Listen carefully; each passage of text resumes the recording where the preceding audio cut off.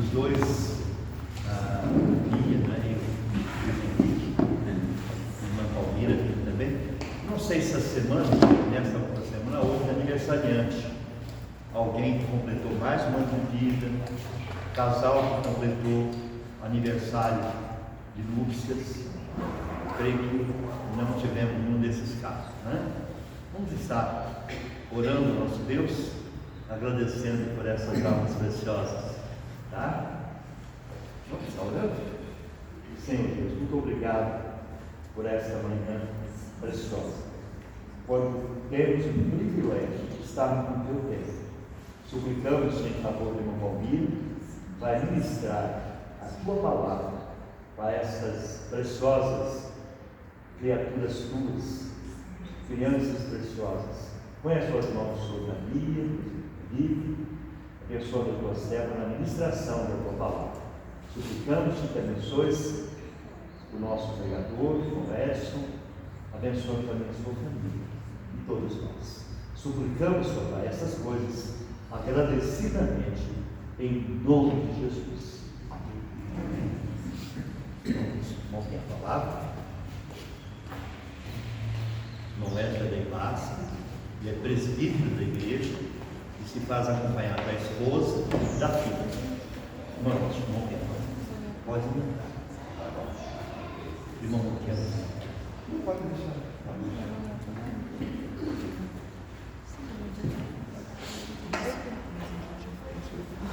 Bom dia a todos. Bom dia. Graça e paz. Amém. Como o irmão falou, nós pertencemos, somos membros lá da Igreja Mãe, né, da IBASP. Estamos lá agora em julho, completando 2 anos. Eu confirmo com a minha esposa que ela que guarda as datas, eu não. E lá na IBASP é que nós ouvimos falar aqui de vocês, né? Nós tivemos uma reunião com o pastor, que foi até lá, e os presbíteros, o pastor Manfred, e aí que eu fiquei sabendo, olha, a gente mora aqui do lado, tem lá uma igreja, e aí resolvemos vir fazer uma visita. O pastor me ligou na quinta-feira, falou se eu poderia ministrar a aula da escola bíblica dominical, para dar uma ajuda para ele. E quando foi sábado, né, ontem, ele falou, olha, estou aqui no hospital, não estou bem, então o irmão usa o tempo da mensagem, da aula, lá emenda, porque eu não vou poder estar presente. Então estamos aqui, espero que possamos edificar os irmãos aí com essa palavra. Se você tem sua Bíblia, abra aí o Gênesis no capítulo 50, e o que o pastor Manfred pediu para fazer, né? Vamos continuar a lição que o irmão estava ministrando no domingo passado. Está saindo.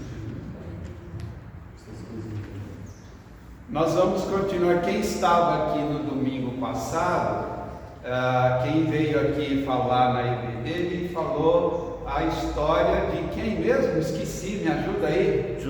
José, né? Então ele falou sobre a trajetória de José, o seu nascimento, que o José foi vendido pelos irmãos.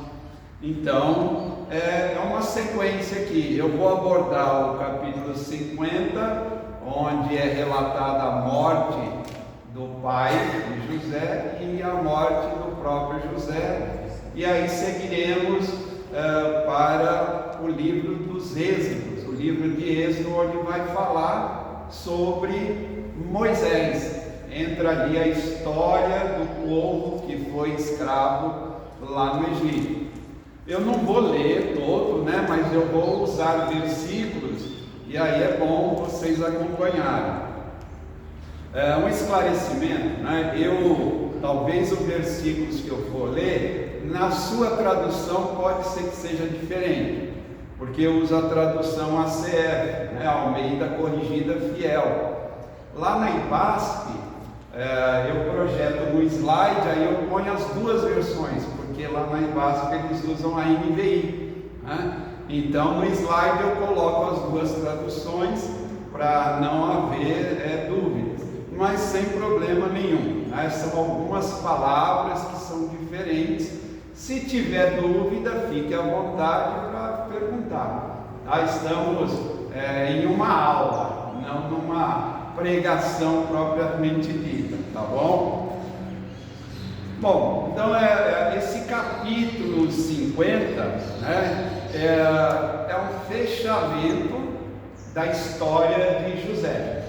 Bom, José é um personagem que foi bem marcante, né, na história do povo hebreu, na história de Israel, porque graças a José houve uma série de providências que puderam ser tomadas para que a sua família não passasse fome, não viesse a perecer.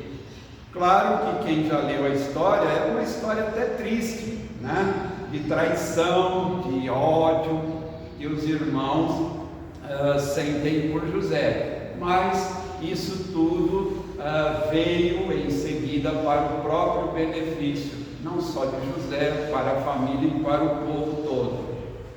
Então em Gênesis 50, no capítulo 5, nós lemos o seguinte: meu pai me fez jurar, dizendo: eis que eu morro em meu sepulcro, que cavei para mim na terra de Canaã, ali me sepultarás.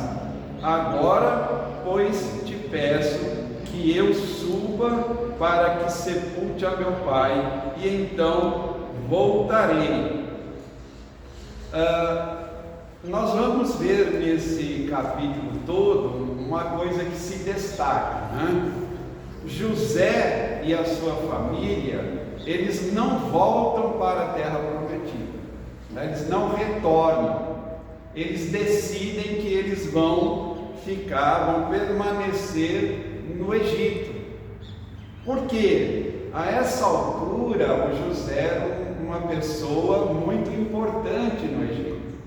Ele era muito amado, vamos dizer assim, pelos egípcios, por tudo que ele havia feito. Mas ele quer licença, né? Ele quer pedir licença ao faraó para sepultar o seu pai junto com seus antepassados. Foi um pedido feito aí pelo seu pai, e aí ele vai cumprir esse pedido. Ele pede licença ao faraó, e aí ele vai, faz todo o que ele precisa fazer e depois retorna novamente para o Egito.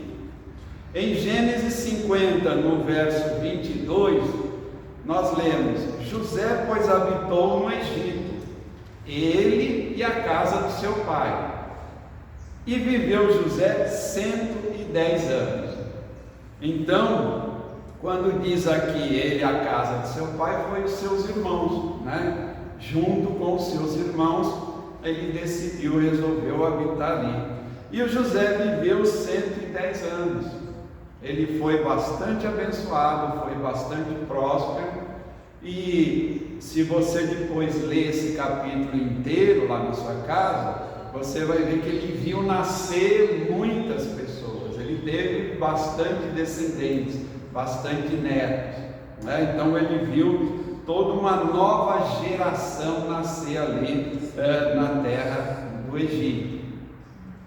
E lá no verso 24 e 25, ele também faz um pedido para os seus irmãos, para os seus familiares. Então lá no verso 24, e disse José a seus irmãos: eu morro, mas Deus certamente vos visitará, e vos fará subir desta terra, a terra que jurou a Abraão, a Isaque e a Jacó. E José fez jurar os filhos de Israel, dizendo: certamente vos visitará Deus, e fareis transportar os meus ossos daqui. Então o que é esse pedido de José? Ele imediatamente ele não vai ser sepultado na terra prometida, mas ele deixa já o pedido dele. O que ele está dizendo aqui? Olha, vocês vão voltar para a terra prometida em algum momento, porque Deus assim o prometeu. E quando isso acontecer, vocês levem os meus ossos, peguem os meus restos mortais e levem com vocês para a terra prometida. Então isso mostra para a gente a fé que ele tinha. Percebe que ele vai morrer, o povo vai ficar lá mais 400 anos na escravidão, mas ele já tinha essa fé. Não, Deus prometeu, se Deus prometeu, ele vai fazer. Então por isso ele faz esse pedido. Se fosse algum homem que não tivesse fé, ele nem se lembraria disso, nem faria esse pedido, nem iria se importar. Então demonstra aqui claramente a fé que ele tinha. Então, apesar de tudo o que José passou, ele tinha o quê? Ele tinha a certeza que Deus estava sempre presente, que Deus estava sempre com ele e que Deus nunca iria deixar de cumprir as suas promessas. Eu gosto sempre de pegar o texto e fazer uma reflexão em cima desse texto, né? Eu gosto sempre de pegar e ver o que a história ensina para a gente a respeito disso, o que a gente pode tirar, né? Uma coisa que a gente podia tirar: você que é um leitor da Bíblia, um estudante da Bíblia, que é um convertido, você deve saber que existem várias promessas que ainda não se cumpriram. Que promessas são essas? Promessas para os finais do tempo. Existe uma promessa, né, nos evangelhos, Mateus, nas cartas de Paulo, em Tiago, em João, que um dia Jesus vai voltar. Será que nós não estamos tendo a mesma fé de José? Porque o José tinha fé, demorou muito tempo, demorou 400 anos. A minha pergunta para você pensar, não precisa responder, mas seria: será que você já perdeu a sua fé? Já demorou tanto tempo, Jesus falou que ia voltar e nada, né? Cadê? Quando vai acontecer? Então, um exemplo a ser tirado aqui é a fé de que Deus vai cumprir o que Ele prometeu. Então haverá um dia, que nós não sabemos quando.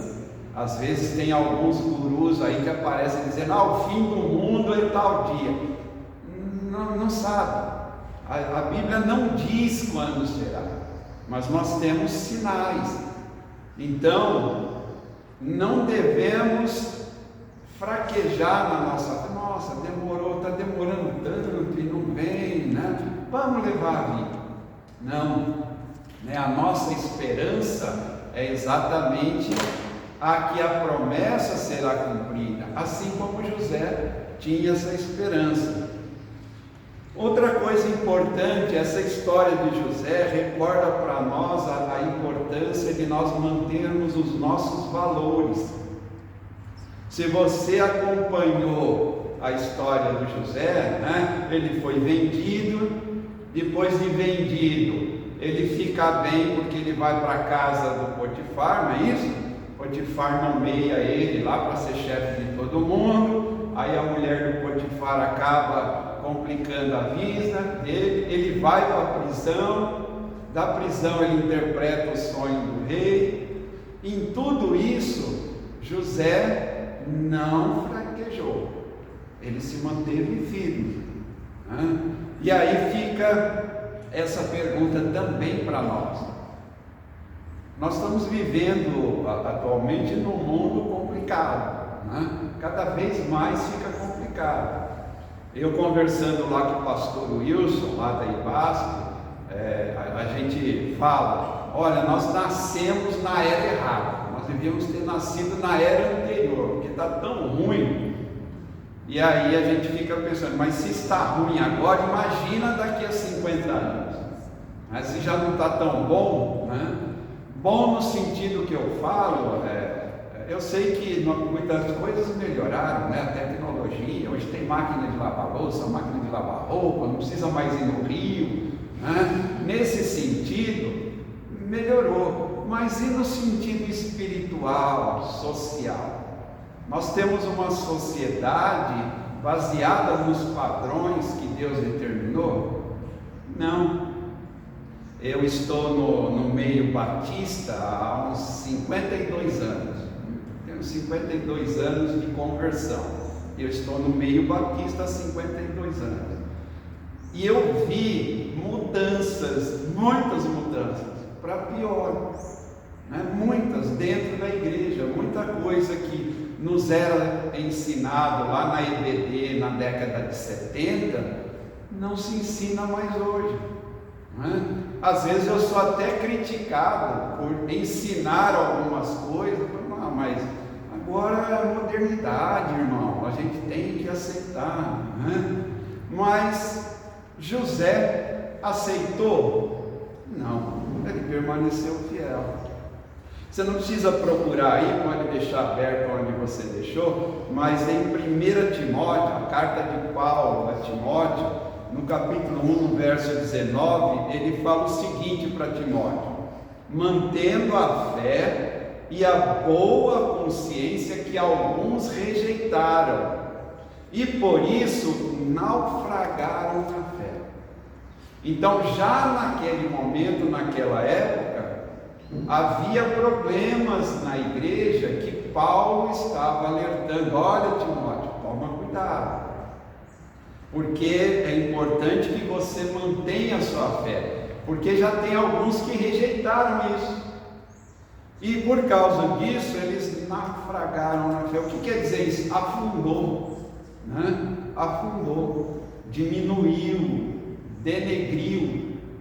Então é algo importante que a gente pode tirar desta lição de José, que ele manteve firme a sua convicção. Ele podia ter aceitado o convite da esposa do seu mestre, poderia, fraquejado, né? Ele poderia, quando ele foi colocado como senhor de tudo, só abaixo do faraó, ter orgulho, ter arrogância.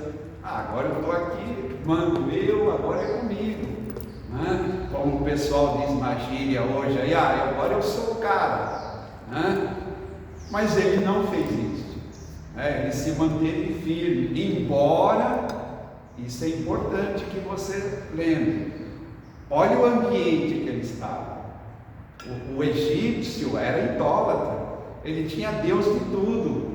Deus da plantação, Deus do Nilo, Deus do ar, o faraó era considerado um semideus. Então olha o ambiente que José estava, e ele manteve a sua fé, né? Às vezes a gente fala, nossa, está tão ruim, está difícil, mas se coloca no lugar de José. Provavelmente não tinha ninguém no Egito que conhecia o Deus de Israel, só José. E ele estava lá no meio, né, destas pessoas e se manteve firme e inabalável na sua fé. Então, nós que vivemos nesse mundo em constante transformação, nós também devemos manter as nossas raízes espirituais. Nós devemos manter a nossa fé. Nós devemos manter os nossos ensinamentos. Também não precisa procurar, mas em 2 Tessalonicenses, capítulo 2, no versículo 15, nós lemos o seguinte: então, irmãos, estais firmes e retende as tradições que vos foram ensinadas, seja por palavra, seja por epístola nossa. Olha que interessante. O pastor Manfredo pediu para gravar, então fica tranquilo, depois eu vou pedir para ele, deve ter um grupo aí da igreja, né? Eu peço para ele mandar, e aí você pode conferir esses textos para ver se é verdade o que eu estou falando. Tem que conferir, né? O apóstolo Paulo fala que os crentes lá de Bereia examinavam as escrituras para ver se era aquilo mesmo, né? Então, o que ele está dizendo aqui para a igreja de Tessalonicenses? Pessoal, vocês têm que ficar firmes, reter as tradições, né? Foram ensinadas, foram passadas para vocês. E aí tem uma confusão. Às vezes a pessoa confunde manter a tradição com tradicionalismo, e tem diferença. Manter a tradição é bom. Às vezes a pessoa fala, mas isso é coisa de tradição. Quando eles falam isso, eles querem dizer é coisa antiga, é coisa do passado, tem que mudar, né? Só que tem diferença. No dicionário está lá, né? O que é ser tradicionalista? É valorizar mais os pensamentos do homem do que os pensamentos de Deus. Isso é tradicionalista. Valorizar o aparente ao invés do interior. Valorizar homens e instituições. Percebe? Isso não é tradição, isso é tradicionalismo. Agora, tradição que é caminhar olhando a suficiência de Cristo. A tradição inspira-se no testemunho dos cristãos genuínos. Isso é tradição. Às vezes a pessoa fala, nossa, mas esse cântico, né? Tá muito ruim, isso é muito calmo, tá calminho isso, né? Eu achei tão gostoso vir aqui domingo e agora esses louvores que tocam no coração da gente, né? Mas tem gente que acha esse tipo de louvor ultrapassado, né? Nossa, que marasmo, né? Precisa ser um negócio mais animado, né? Para dançar, pular, né? E eles falam que quem não faz isso é porque quer manter a tradição. Errado. Manter a tradição é importante. Manter a tradição do que nos foi ensinado, do que nos foi transmitido. Eu faço sempre a pergunta: será que Deus está contente com esse mundo que nós temos hoje? Será que Deus está contente com as mudanças que ocorreram nas nossas igrejas? Será que Ele está feliz? Era esse o seu propósito? Então é algo que a gente tem que pensar, que a gente tem que analisar, cada um de nós. Então José passou por inúmeras provações, mas o destaque é que ele se manteve firme, inabalável, manteve a tradição, manteve a sua fé. Mais um texto, Tiago, no capítulo 1 e no verso 12, ele fala: bem-aventurado o homem que suporta a tentação, porque quando for provado, receberá a coroa da vida, a qual o Senhor tem prometido aos que o amam. Então, o que Tiago fala é que o importante não é não ter a tentação, o importante é suportar essa tentação. Algumas pessoas, erroneamente, elas costumam dizer assim, né? Às vezes eu ia falar do Evangelho para algumas pessoas, quer dizer que se eu aceitar Cristo, vai ficar tudo bem, é tudo maravilhoso. Eu falei, não necessariamente. Pode ser que fique o contrário. Eu, na minha infância, quando eu me converti, eu tive sérios problemas por ser crente. Uma série, sofri bullying, sofri ameaças de morte, fui esbofeteado. Então, naquela ocasião, eu poderia dizer isso, negócio de ser crente não é bom não vou querer, né? Mas o que a palavra de Deus ensina? O que se fala? Sofrimento. Como Paulo morreu, como Pedro morreu, como João morreu, como Tiago morreu, na riqueza, na fortuna, cheio de dinheiro, esses homens todos foram mártires. né? Jesus fala: nesse mundo passareis por coisas boas. É isso? Não, nesse mundo passareis por aflições, mas tem de bom ânimo, eu venci o mundo. Nós temos que tirar das nossas mentes esse conceito de que uma vida com Cristo é só alegria, só prazer, só prosperidade. Todas as promessas que nós temos é para o futuro, não é para hoje, não é para agora, porque também a Bíblia diz: o mundo jaz no maligno, né? Então, não é um lugar em que nós vamos ter pleno gozo da nossa vida. Todas as promessas da Bíblia, elas são para o futuro. Um dia, quando Jesus voltar, nós vamos morar com Ele. Aí haverá justiça, haverá paz, haverá tranquilidade, e não para os dias de hoje. Então esse é um resumo aí da vida do José, do capítulo 50 do livro do Gênesis.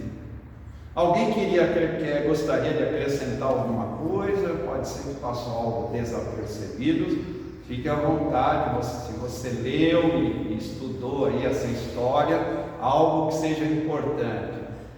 Algo que me chamou a atenção é que José comprou todas as terras do Egito. Ele virou proprietário. Daí ele se enraizou lá, sim, até que os ossos dele foram levados lá para Canaã. Exato. Isso 400 anos depois. 400 anos depois. É um registro só. Está muito bom. Alguém mais quer fazer alguma? Bom, então agora nós vamos dando continuidade aí ao livro dos Êxodos. Você pode então avançar um pouco aí, vai para o capítulo 1. Eu vou ler alguns versículos, não vamos ler todos, e aí nós vamos fazer algumas observações sobre o capítulo 1 do livro do Êxodo. Eu começo lendo o capítulo 1 no verso 7. E os filhos de Israel frutificaram, aumentaram muito e multiplicaram-se e foram fortalecidos grandemente, de maneira que a terra se encheu deles. Olha só que interessante. Essa prosperidade demonstra a fidelidade de Deus, demonstra o cumprimento das promessas. Não tinha tido uma promessa? Deus não prometeu alguma coisa? Para quem que Deus prometeu? Para Abraão. A irmã está falando baixinho lá, mas eu leio lá. Foi prometido para Abraão, né? Aonde está isso? Você não precisa ir lá também, depois você olha Gênesis 12, capítulo 12, verso 1 e 2. Então o Senhor disse a Abraão: sai da tua terra, do meio dos teus parentes e da casa do seu pai. Vá para a terra que eu lhe mostrarei. Farei de você um grande povo e o abençoarei. Tornarei famoso o seu nome e você será uma bênção. Promessa que Deus fez, olha, muitos anos antes. Muitos anos antes. Porque aqui já se passaram muito tempo. Muito tempo já aconteceu aqui. Mas Deus falou que Ele ia abençoar aquele povo. Foi a promessa que Ele fez. Então começa a nascer gente, começa a nascer filhos, netos, começa a crescer o povo de Israel.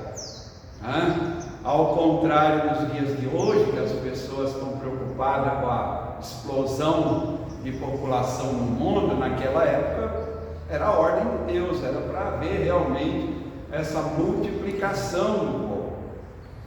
E uma coisa interessante aqui, que para se observar: será que você teria essa fé de Abraão? Para você pensar, porque o Abraão está tranquilo, na terra dele. Aparentemente ele era um homem próspero, né? Tinha aquela época, para ser considerado próspero, era uma pessoa que tinha terra, muitas ovelhas, muitos empregados. Aí de repente Deus diz: ó, larga tudo isso e vai para onde eu vou te mostrar. Você percebe que Deus nem falou para onde ia. Deus não falou para onde era para ir, nem falou quanto tempo ia demorar.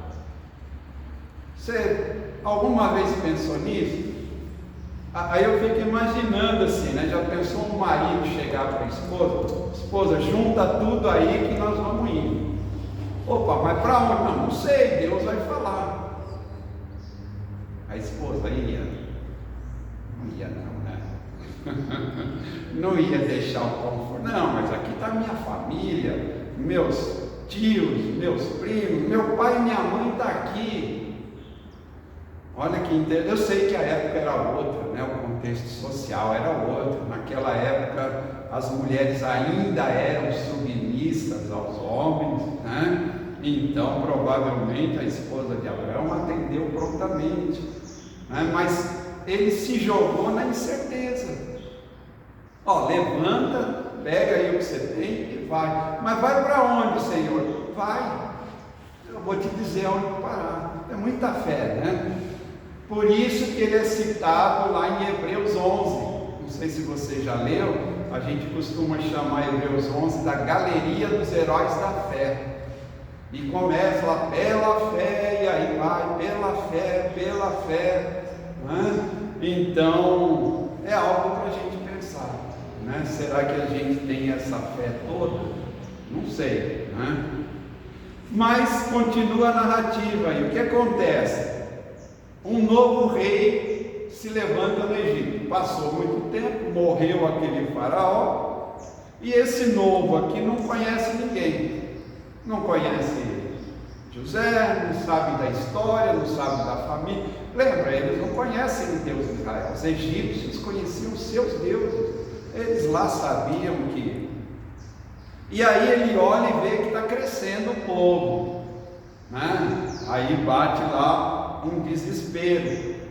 Isso está no capítulo 1, no verso 8 e no verso 10. Vamos ver lá. E levantou-se um novo rei sobre o Egito, que não conhecera a José, o qual disse ao seu povo: eis que o povo dos filhos de Israel é muito e mais poderoso do que nós. Vamos usar de sabedoria para com eles, para que não se multipliquem e aconteça que, vindo guerra, eles se juntem com os nossos inimigos e pelejem contra nós e subam da terra. Então, o faraó está com medo. Ele vê o povo crescer, multiplicar, muita gente. E aí, o que ele faz? Ele começa a oprimir os filhos de Israel. A situação muda, a situação inversa. Agora o povo de Israel são forçados a trabalhar como escravos. Agora eles se tornam escravos.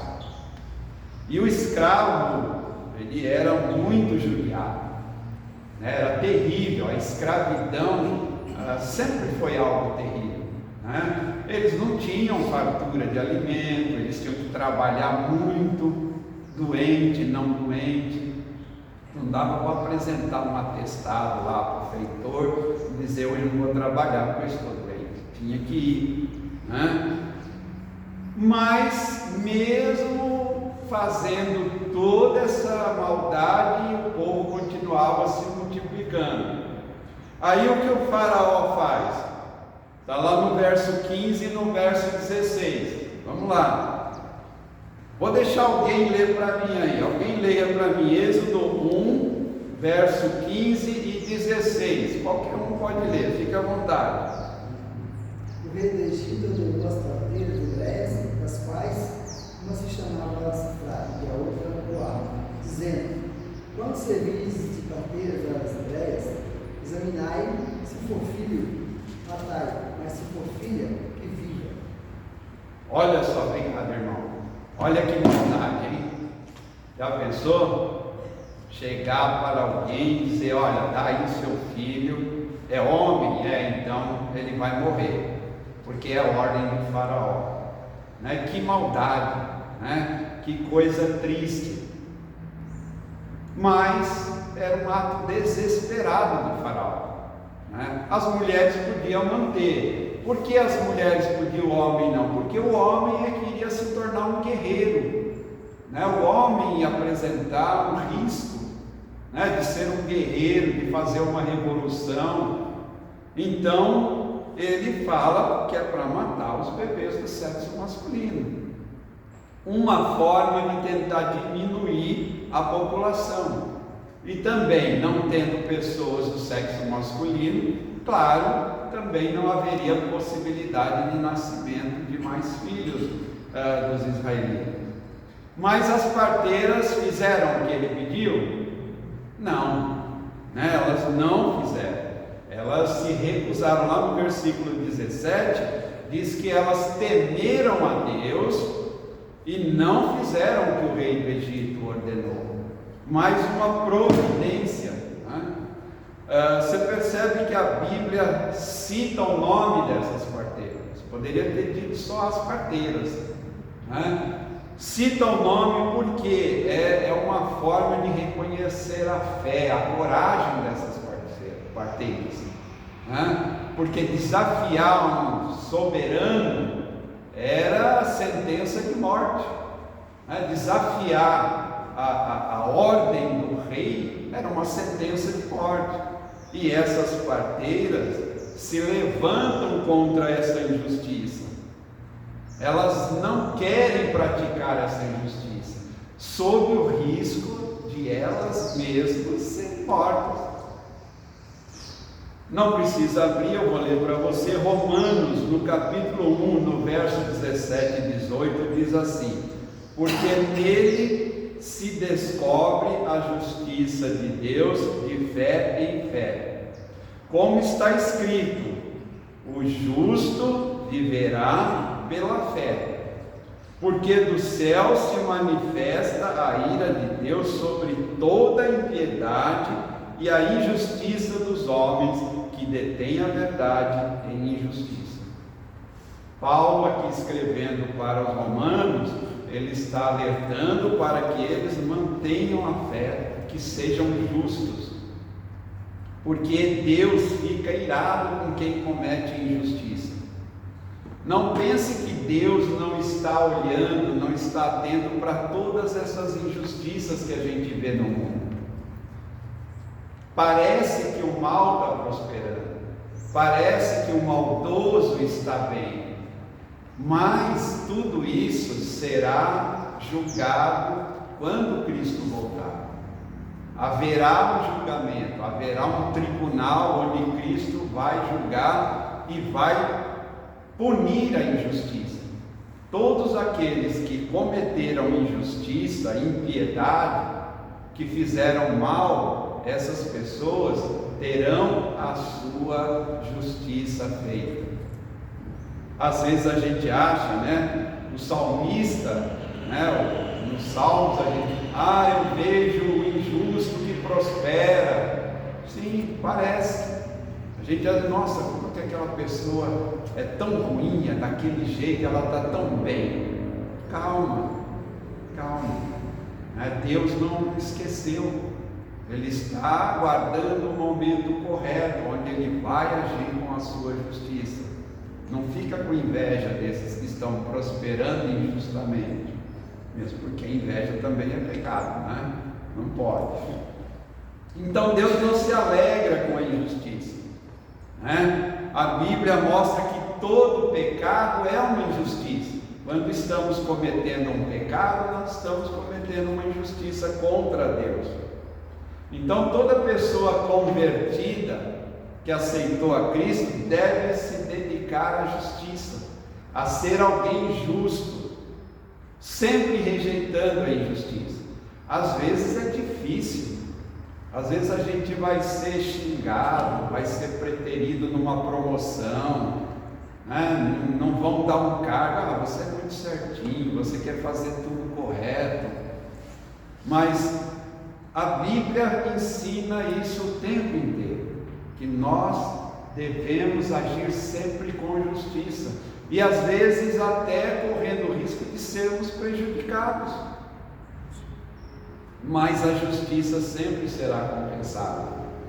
Lá na IBASP, eu ministro aula na escola bíblica, e a gente lá, nas últimas aulas, eu dei aula no livro de Isaías, de Amós e de Miqueias. Nós estudamos esses 3 profetas. Lá nós estamos com um projeto de estudar a Bíblia inteira em um ano, começou lá em Gênesis, e agora nós já estamos lá no profeta Miqueias. Miqueias, Amós e Isaías protestavam contra as injustiças que havia na época deles. Se você tiver a oportunidade de ler esses livros, você vai ver que existem lá pessoas que vendiam outras pessoas, roubavam no peso da balança, faziam coisas erradas com seus servos. E o Isaías, o Amós e o Miqueias, por ordem de Deus, profetizavam contra essas pessoas, contra as lideranças de Israel. Havia um protesto contra a liderança de Israel que não era justa. Então Deus não gosta da injustiça. Êxodo agora, lá no capítulo, no verso 22, o faraó muda. Não deu certo esse negócio aí de matar assim que nascesse, então o faraó muda, ele dá outra ordem. Então ordenou o faraó a todo o seu povo, dizendo, agora em vez de ele falar só com as parteiras, ele fala para todo mundo: todos os filhos que nascerem lançareis no rio, mas todas as filhas guardareis comigo. Agora o faraó muda. Agora ele fala para todo mundo, se você conhece, mais ou menos aqui no versículo 22, ele está dizendo o seguinte: se você conhece alguém que teve um bebê homem, pode pegar e jogar no rio, jogar lá no Nilo. E o Nilo era perigoso, o Nilo, até hoje, diz que tem lá uns crocodilos no Nilo lá, que parece um monstro, enorme. Então era um rio perigoso. Como ele não conseguiu com as parteiras, ele já fala para o povo inteiro que é um modo de ter aí uma fiscalização maior. A gente aqui percebe, meus irmãos, que o poder é cruel quando ele não é baseado na ética e na moral. Todos os que têm poder e que não têm ética nem moral cometem injustiça. O poder é algo muito perigoso na mão de algumas pessoas. A gente sempre tem que tomar muito cuidado com isso. Nós temos, por exemplo, às vezes que fazer escolhas. Na igreja, a gente, aqui eu não sei, mas na IBASP, por exemplo, nós estamos tendo eleição para diáconos. É uma responsabilidade. Nós não podemos chegar lá e indicar qualquer um. Eu gosto desse aqui, eu vou. A gente está elegendo uma liderança. O diácono é uma liderança na igreja. O pastor é uma liderança na igreja. E nós devemos dar essa liderança não para quem está preocupado com o poder, mas com quem está preocupado com uma vida íntegra, uma vida de fé, uma vida de justiça. Porque quando a gente dá poder para alguém fora desses padrões, o que ele vai fazer? Só vai causar problema. A gente lê relatos no livro nas cartas de Paulo, todas as cartas de Paulo, aonde estavam os problemas que Paulo acusa? Estava fora da igreja? Estava dentro da igreja. Porque como Paulo começa as cartas dele, os irmãos se lembram? Isso, todo mundo falou junto aí, mas eu entendi. Aos santos. Então, se ele está se dirigindo aos santos, ele está se dirigindo à igreja. todas as críticas que Paulo faz na carta dele são para as igrejas. É para gente que estava dentro da igreja, irmãos. Gente que tinha poder, mas não tinha ética, não tinha fé, não tinha moral. Por isso é que o Paulo diz lá como é que a gente tem que escolher pastor, como é que tem que escolher presbítero, como é que tem que escolher diácono. Está na Bíblia. Não sei se você já leu, mas Paulo diz lá quais são as qualidades que esses homens devem ter. Então, quando você for escolher, né, a igreja que, com a graça e a bênção de Deus, vai crescer, vai precisar de talvez outro pastor, de diáconos. Quando você for escolher essas pessoas, escolha baseado no que a Bíblia ensina. Bom, o faraó então, temendo a ameaça, faz isso, né? É tirano, né? Age com opressão. Por quê? Sempre que a gente tem uma paranoia de que algo vai acontecer, a gente acaba fazendo o que não deve. A gente tem que ter muito cuidado, né? Os líderes hoje no mundo, para terem guerra, o que eles fazem? Eles criam paranoia, né? Eles dizem, porque vai acontecer isso, isso, isso. Aí eles conseguem a adesão do povo, conseguem apoio para guerrear. Nós estamos atualmente tendo guerras no mundo, né? Tem preocupação com quem? Com a Coreia, com a China, a Rússia lá na Ucrânia, o Israel com o Hamas. Em pleno século 21, olha a situação que a gente está vivendo. Gente morrendo que nem água, né? Na televisão a gente nem se sensibiliza mais, né? A gente liga a televisão, vê lá um cadáver destroçado e a gente não sente mais nada, né? Porque ficou tão banal. Por quê? Porque quando a gente tem, né, a liderança cria uma paranoia, vai acontecer tal coisa, então vamos apoiar tal pessoa, porque ele vai evitar, né? Foi o que aconteceu com o faraó. Ele tinha, quem disse que Israel ia crescer, se multiplicar e voltar contra? Havia evidências, a Bíblia não mostra, mas alguém foi lá no faraó, esse povo está crescendo demais, vamos dar um jeito. Se tiver guerra aí, eles vão se voltar contra nós. Não poderia ser o contrário? Os israelitas poderiam ajudar, né? Mas quando se cria uma paranoia na cabeça de um povo, esse povo está pronto a seguir uma liderança sem ética, sem moral e sem fé em Deus. E aí a gente vai lá para o capítulo 2. Fica tranquilo que eu estou de olho lá no relógio. Quando for lá pelas 14 horas eu paro, tá bom? Que bom, maravilha. Lá em Êxodo capítulo 2, no verso 2, nós lemos lá: a mulher concebeu e deu à luz a um filho, e vendo que ele era formoso, escondeu por 3 meses.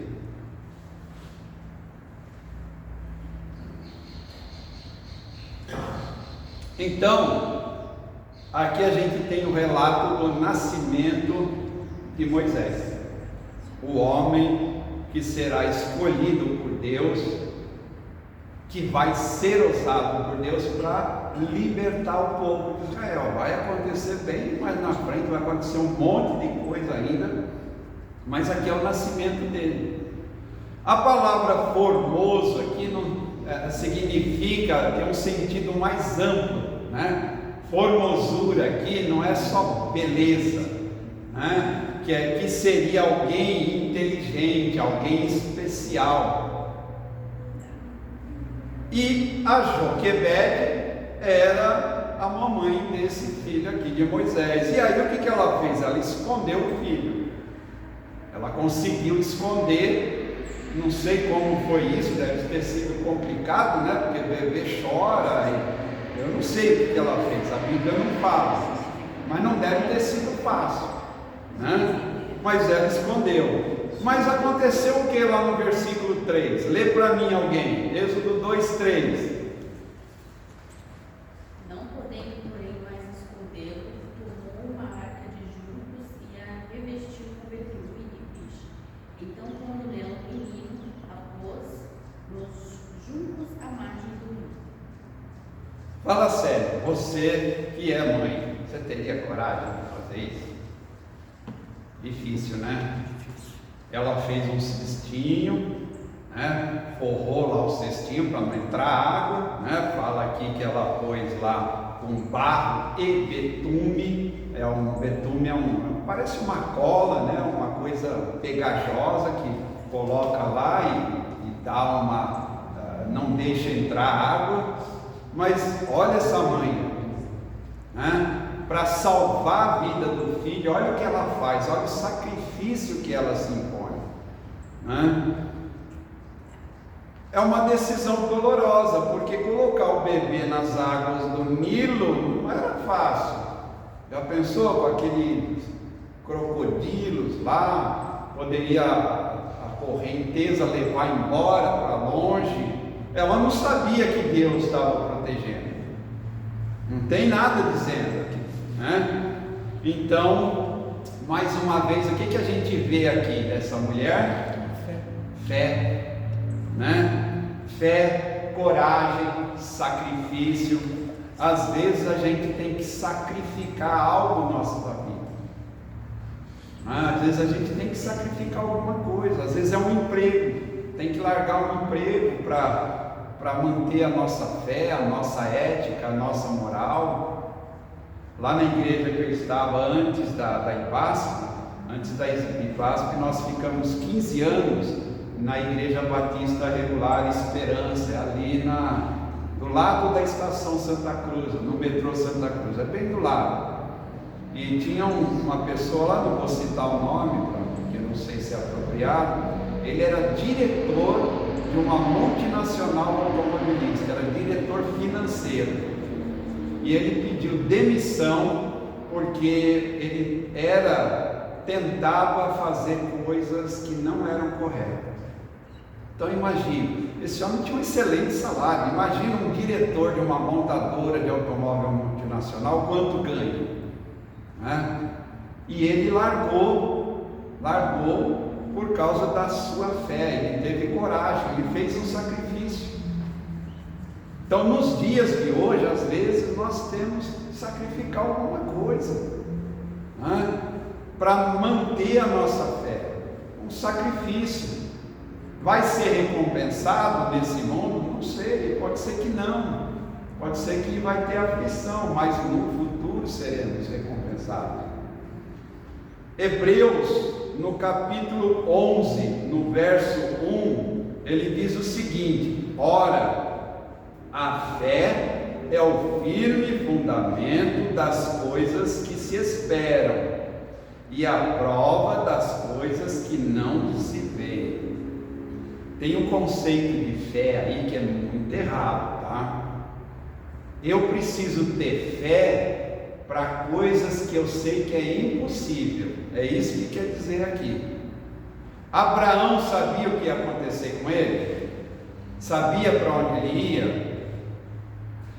Quando Deus fala para Noé construir uma arca que ia chover, você sabia que não chovia naquela época? Naquela época não tinha chuva. Por isso que o povo começou a fazer gozação com Noé, que nunca choveu, eles nem sabiam o que era chuva. Eles foram saber o que era chuva no dia do dilúvio. Agora imagina, eles sabiam o que ia acontecer? Não sabiam. Então fé, tem gente pregando aí, tenha fé que você vai arrumar um emprego. Gente, para arrumar emprego não precisa ter fé, precisa estudar, mandar o currículo para um monte de lugar e vem na entrevista. Porque fé é algo que nós podemos, emprego é algo que nós podemos conseguir.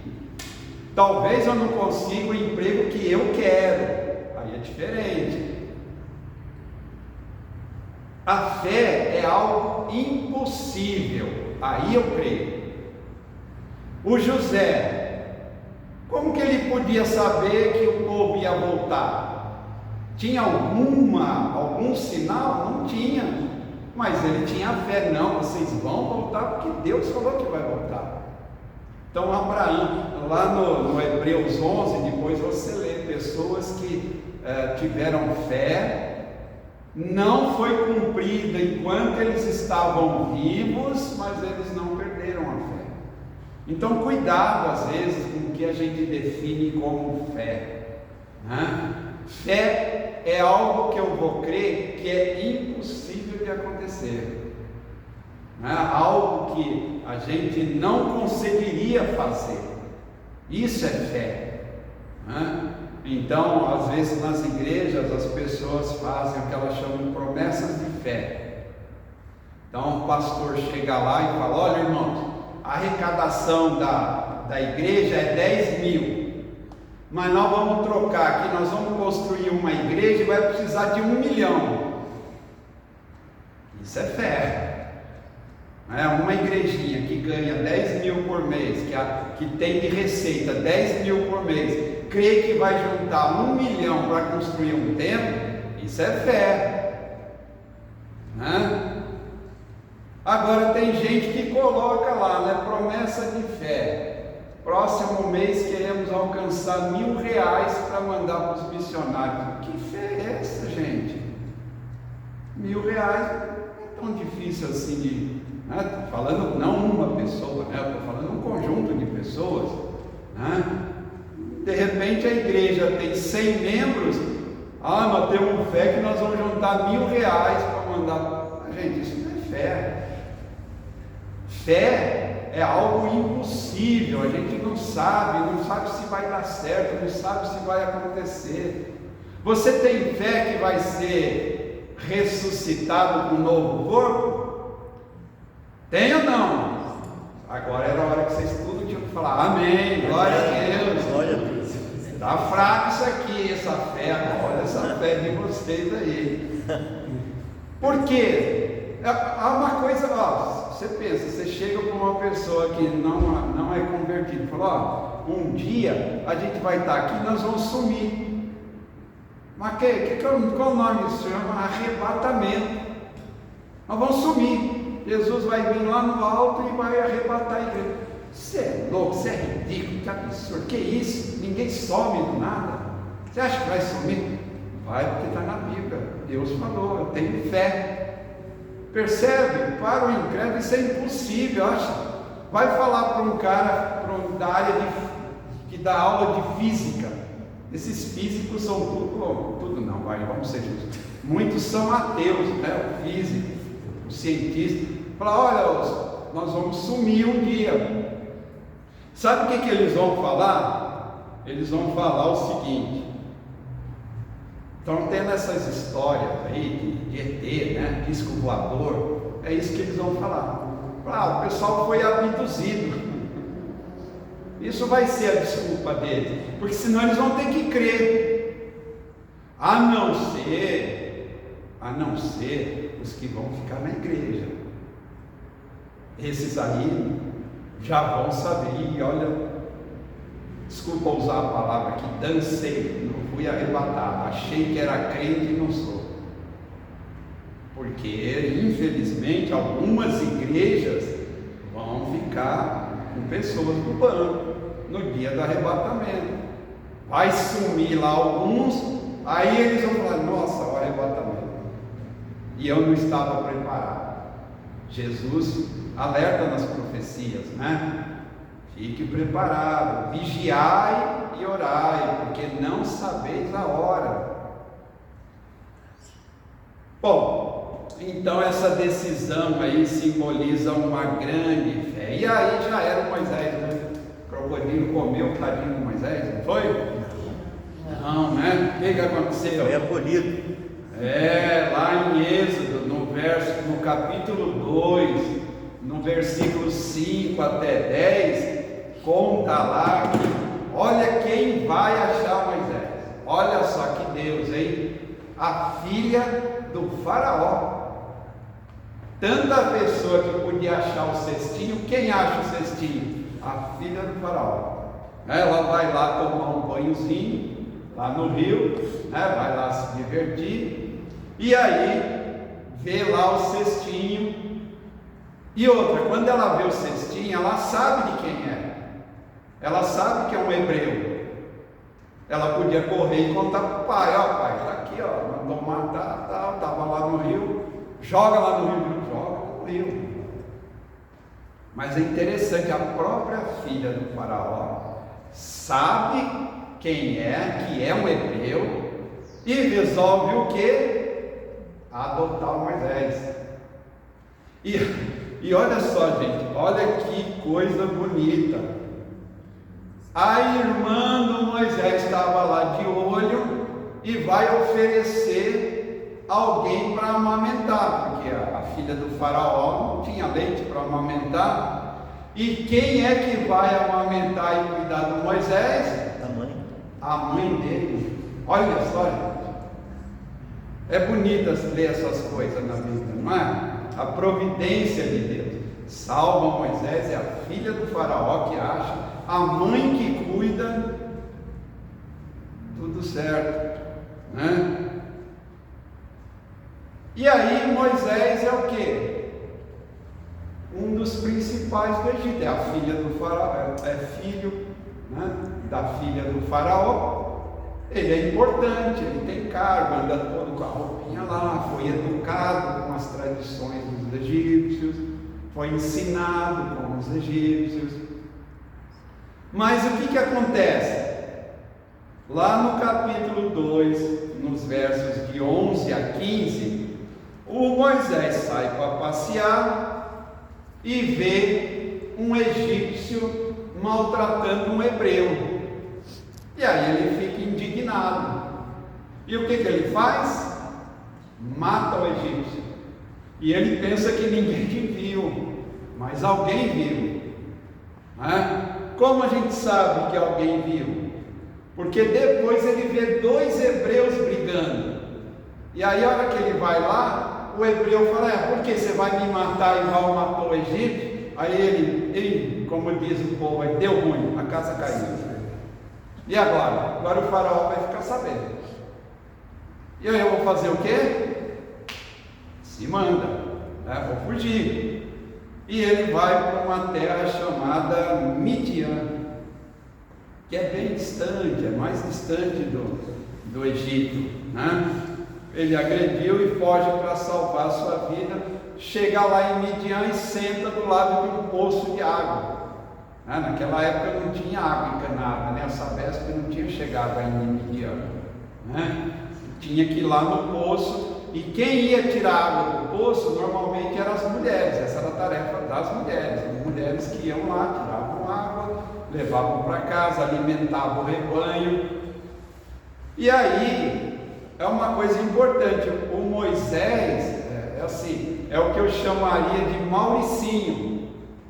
É um sujeito que tinha tudo no Egito, e de repente ele não tem mais nada. Percebe? Ele chega lá sem nada. Pelo que a Bíblia narra, ele fugiu com a mão no bolso, Só, não tinha nada. Então, mudança drástica na vida dele.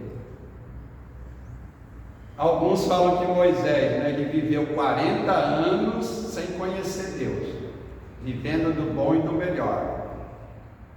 Aí ele vive mais 40 anos sem nada, que é o tempo que ele passa. Ele passou 40 anos no Egito, vivendo do bom e do melhor, e 40 anos nas terras de Midian, no meio do deserto, sem nada.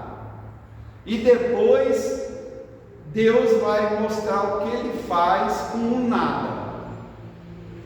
Então provavelmente era uma lição, Ele conheceu do bom e do melhor no Egito, fica na pior, e depois Deus vai pegar essa pessoa que já aprendeu para usar.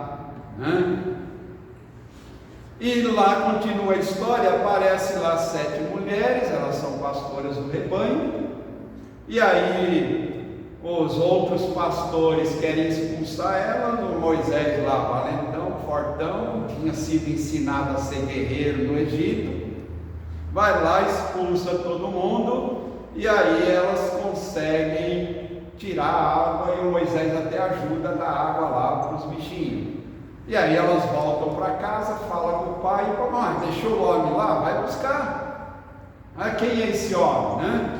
E aí o Moisés fica lá morando, né? E casa com Zípora, né? Casa lá com uma pessoa que ele conheceu lá. E aí, lá em Êxodo 2, 23 e 25, alguém pode ler para mim, versículo 23, 24 e 25, de Êxodo 2. Decorridos muitos dias, morreu o rei do Egito. Os filhos de Israel gemiam sob a servidão, e por causa dela clamaram. O seu clamor subiu até Deus. Ouvindo Deus o seu gemido, lembrou-se da sua aliança com Abraão, com Isaque e com Jacó. E viu Deus os filhos de Israel e atentou para a sua condição. Então aqui a gente tem finalmente a promessa de Deus. E aqui é interessante, né? Dá a entender que até aqui eles não haviam pedido para Deus, né? Dá a entender isso, né? Que os filhos de Israel suspiraram por causa da servidão e aí clamaram. Me parece, eu não posso provar isso porque não fica claro na Bíblia, mas parece que até aqui não tinham clamado, né? Então aqui vai haver um clamor, e aí sim Deus vai ouvir esse clamor do seu povo. Eu só vou fazer um comentário aqui desse final desse capítulo, né? Não vai dar tempo de entrar aí no capítulo 3, mas o que essa passagem nos ensina? Essa passagem tem lição profunda, que Deus não esquece a sua promessa. E nos ensina também que em momentos de aflição, em momentos de incerteza, a gente clama, né? Eu sei, na maioria das vezes é isso mesmo que acontece, só quando a coisa fica complicada que a gente lembra de Deus, né? Quando está tudo bem, é eu que fiz. Quando está ruim, aí é o Satanás, aí a gente tem que clamar para Deus. Não é assim? Quando a gente é abençoado, Deus está nos abençoando. Quando acontece uma coisa ruim, e às vezes foram a gente mesmo que causou a coisa ruim, é o diabo que está fazendo, né? Eu ouvi uma historinha uma vez, o sujeito foi lá falar com o gabinete do pastor, falou: pastor, a minha vida está complicada, o diabo está atrapalhando as minhas finanças, a gente está com uma série de dificuldades. O pastor falou assim: vai lá na tua casa, pega a fatura do cartão de crédito, traz para mim. Aí o irmão foi lá, né? O pastor vai pôr a mão na fatura do cartão de crédito, vai resolver tudo, né? Aí chegou lá no gabinete, o pastor pegou a fatura e tal. Ele falou: já descobriu o nome do demônio. Qual é? José da Silva. Pastor, mas esse é meu nome. É lógico, não foi o demônio que gastou isso, foi você, né? Mas a gente faz isso, né? A gente gasta o que não tem e depois ora para Deus dar um jeito, porque é o diabo que está tentando. Eu quero encerrar com Efésios capítulo 6, verso 18. Paulo, na sua carta para o povo dos Efésios, ele diz: orando em todo o tempo, com toda oração e súplica no Espírito, vigiando nisto com toda perseverança e súplica, não só para a gente, mas por todos os santos. Então Paulo diz lá: olha, orar, não só por você, mas também por todos os santos. Eu tenho mais aqui, realmente dava para ir até as 14, mas vocês não iam aguentar, então vou parar aqui, eu vou orar, e aí em seguida vou passar a palavra para o irmão, ou a quem de direito, que eu ainda não sei quem. Sou eu mesmo. Vamos orar então.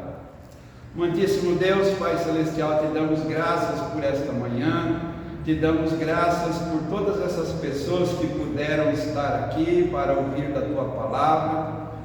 Ajuda, Senhor, para que cada um possa sair daqui edificado com a Sua palavra, que possa servir para terem uma semana com fé, com uma vida com ética, com moral, com uma vida que quer justiça. E é isso que nós pedimos, que realmente nós possamos obedecer e fazer a Tua vontade durante esta semana que vai entrar. Pedimos também pelo pastor que se encontra enfermo, sabemos que a sua vontade será realizada, mas o que nós pedimos é que ele possa ter fé, possa ter esperança, possa ter paciência, porque é tão difícil estar num leito de hospital, mas podemos ter a certeza que o Senhor está olhando por ele e que a sua vontade será feita. Por isso nós pedimos e agradecemos em nome de Jesus. Amém. Amém.